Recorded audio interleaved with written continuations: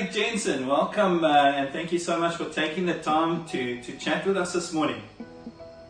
Hi Donnie, it's great to be with you. Great to be with CityLife this morning too. So before we start chatting a little bit about a project that you've been busy with during lockdown, why don't you maybe just share with us a little bit about just what you do, what work you do, and which nations you guys have operations in? Yeah, sure Donnie.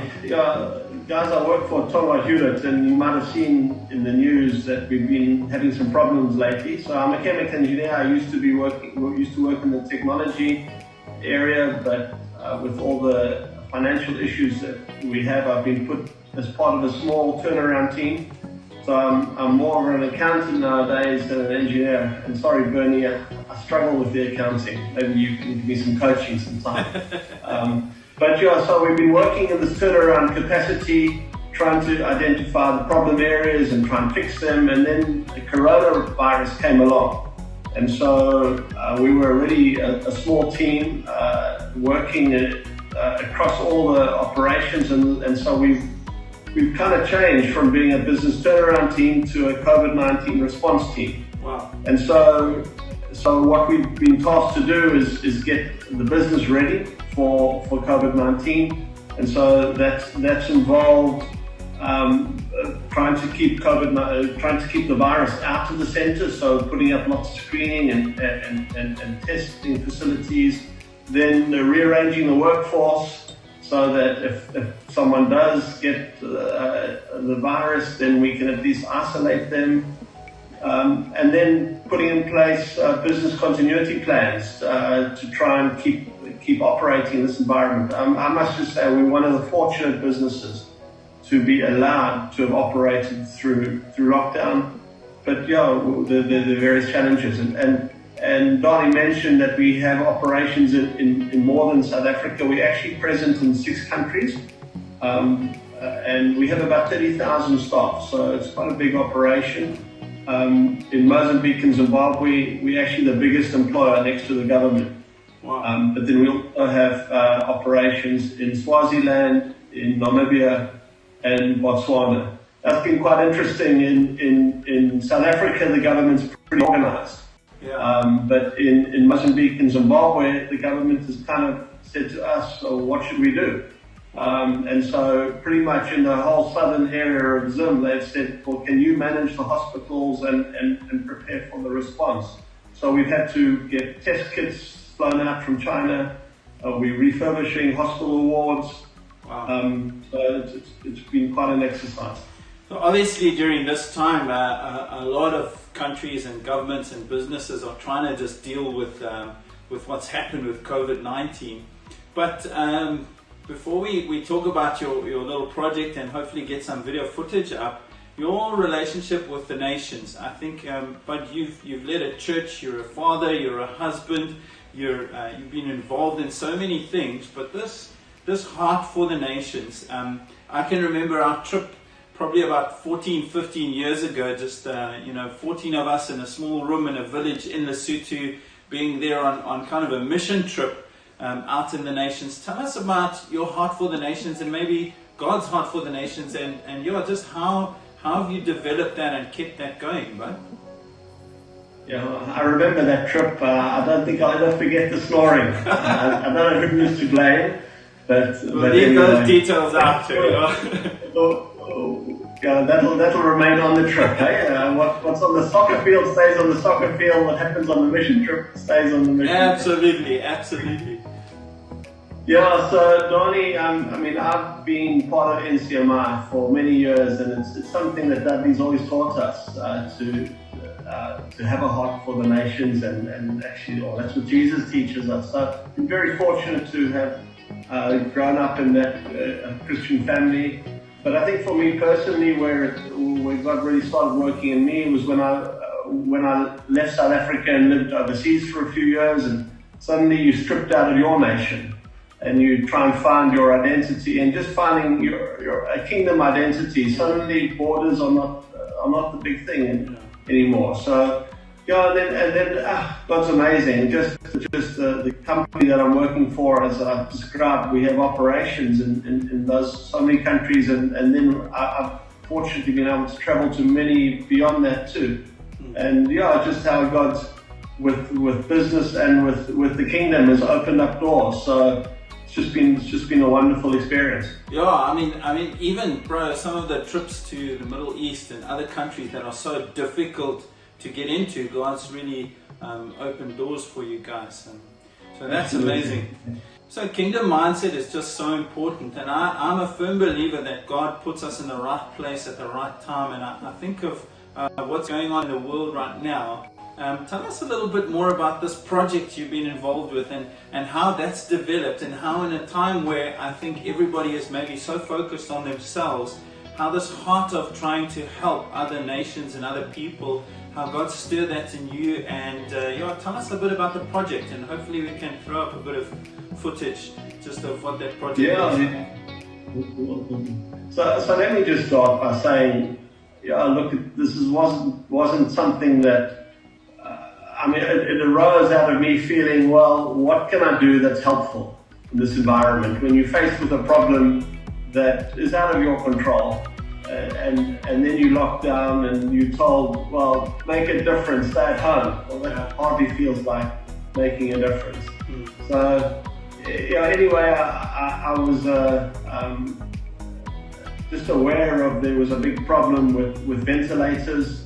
And I was made aware in my role at Tonga, where we were tasked to look at mitigation strategies. And when I checked in South Africa, there were 6,000 ventilators, and the government was arranging another 10,000 ventilators.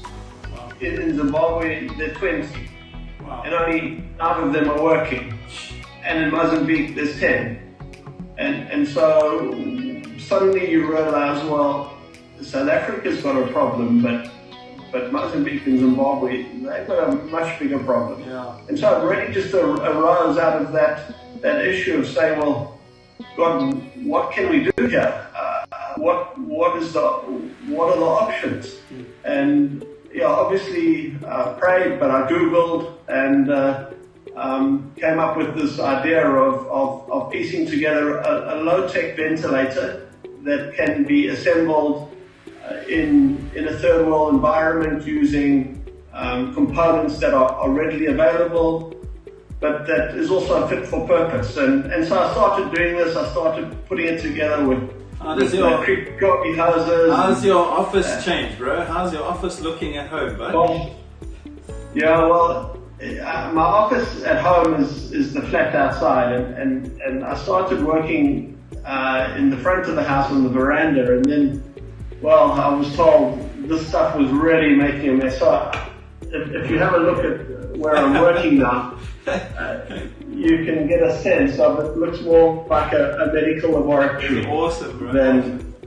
than my remote office. So yeah, so this is where it's got to now. But yeah, it started with creepy pipes and whatnot. But then we actually realized that the biggest issue wasn't so much the ventilator; it was actually the protection of the healthcare worker.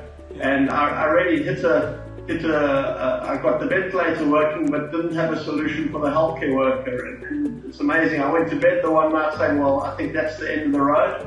The next morning, someone sent me a WhatsApp video of this thing called an aerosol box. And so now we've modified the aerosol box with the extractor fans, and we've now got a means of treating the patient, but also protecting the healthcare worker at the same time. And the whole thing costs just between 1,000 and 2,000 rand compared to the Philips COVID-19 product, which has been recommended, which is close to 100,000 rand. That's amazing, but amazing. We were just chatting earlier with some guys about this kingdom mindset, and you know, often with great difficulty comes great opportunity. And I just think how God strategically puts people in different places to make a difference. And that's what we're so encouraged about in this project. And most certainly from our side, we as a church can be praying. This is a journey that you're on, and we're going to trust God that this is making a difference in other people's lives in other countries. And I'm so amazed that God can do it during lockdown. So this is very exciting for me. One of the clips you sent me, Bud, was about your friends in Zim and trying to copy some of the stuff that you were doing, and I was just so encouraged how, even in that context, how important discipleship is, and taking other people with us and equipping and bringing people through. Tell us about that, bro. How is that even in this situation? Just seeing you working with those guys. Tell us about that. Yeah, look, Donnie, whether or not this unit ever really treats a patient in a hospital, that's kind of beside the point. I think what for me it's been trying to do what can I do practically to make a difference, and actually what's blown me away is the reception it's had amongst the doctors, the medical staff, as well as just these are engineers in Zimbabwe, and really I think all I can maybe put it to is that they're realizing, well, it's someone cares, but also it's someone giving hope. Come on. And so the guys I get phone calls saying, when are we going to get the ventilators? The head of Mozambique phones me and he says, we need these. So it's been a great way of just connecting with the guys in this video over here. I sent my video of what I've done and explained the concepts, and the next thing I see, the guys are trying to piece together something on their side. And they're excited to, this week we'll be standing up 12 systems, and they're excited to get their hands on them and get them in the hospitals. That's so cool. But I mean, I again just think of this thread coming through from God, that a kingdom-minded and a kingdom-hearted church and people are people who are not in it just for the bucks and for commercially what can come out of it, but just these kind of projects that just uplift people and make a difference in other people's lives. And I mean, I just think it's amazing that we can love people that we haven't even met before, and that's such a beautiful thing about the kingdom of God. I thought just for us to land this thing and just to let everyone know, these video clips and Craig's full explanation on how it works, we'll put the links up after the meeting and you can go and have a look at them on YouTube. But as we land this, Bud, if you had an opportunity, all of us are doing our bit where we are, where God's put us. Some of us are nurses, some of us are, I know Alison and Trish and those guys working in hospitals. There's teachers right now that might feel restricted. There's government workers, there's salespeople, there's God's got His agents everywhere. How would you encourage us with the same attitude that you have of not lying down and shrinking back and saying, hey, there's nothing we can do? How would you encourage us to say, make a difference, take a step? I think humbly, firstly, because we don't have the answers. We're facing something which, there's so much discussions happening on media to lockdown or not to lockdown. I've just kind of decided to stay out of all of that and rather just say, well, what can we do to help in this context? And so just encourage people to ask God to say, what can I do, and be willing to try some new things. I mean, people are joking at me saying, you're now a medical engineer. It's a little bit embarrassing. You go and talk to people and they tell you what you're doing is very straightforward. And so, well, okay, that's fine, but I'm still asking the question. And I think God's placed us strategically in positions. I'm a terrible accountant, and I was put in this role for business turnaround, but suddenly the turnaround role has become a COVID-19 response role. Amazing. And suddenly it's about caring for people, and I'm loving this.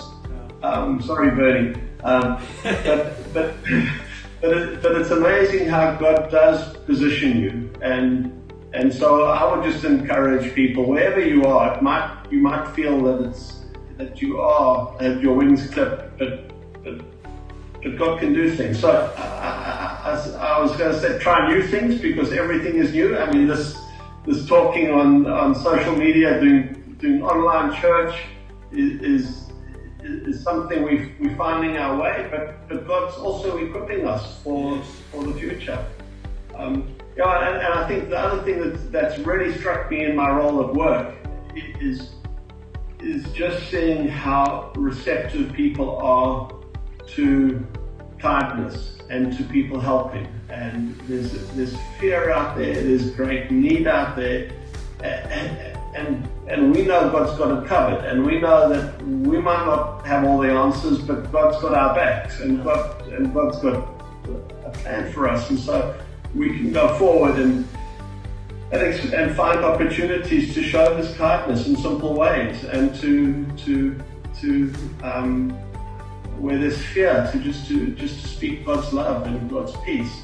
So I think the opportunities are great.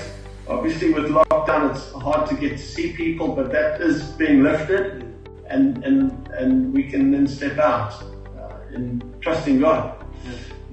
That's all, Donnie. Awesome, my bud. So thank you so much for just sharing with us. We're super excited about what God's doing, and most certainly this partnership, us as a community at CityLife is praying for this project, and mostly, like you say, for that heart and that character in God's people, especially at this time, to say, you know what, God, if I make myself available, if I just take what I have and give you the opportunity, you can do anything. Anything is possible, and especially when our motivation is love and care for other people, bro. So yeah, we certainly appreciate you and your family and all that you guys are doing. We're praying for you, and thanks so much, man, for joining us and sharing the story with us.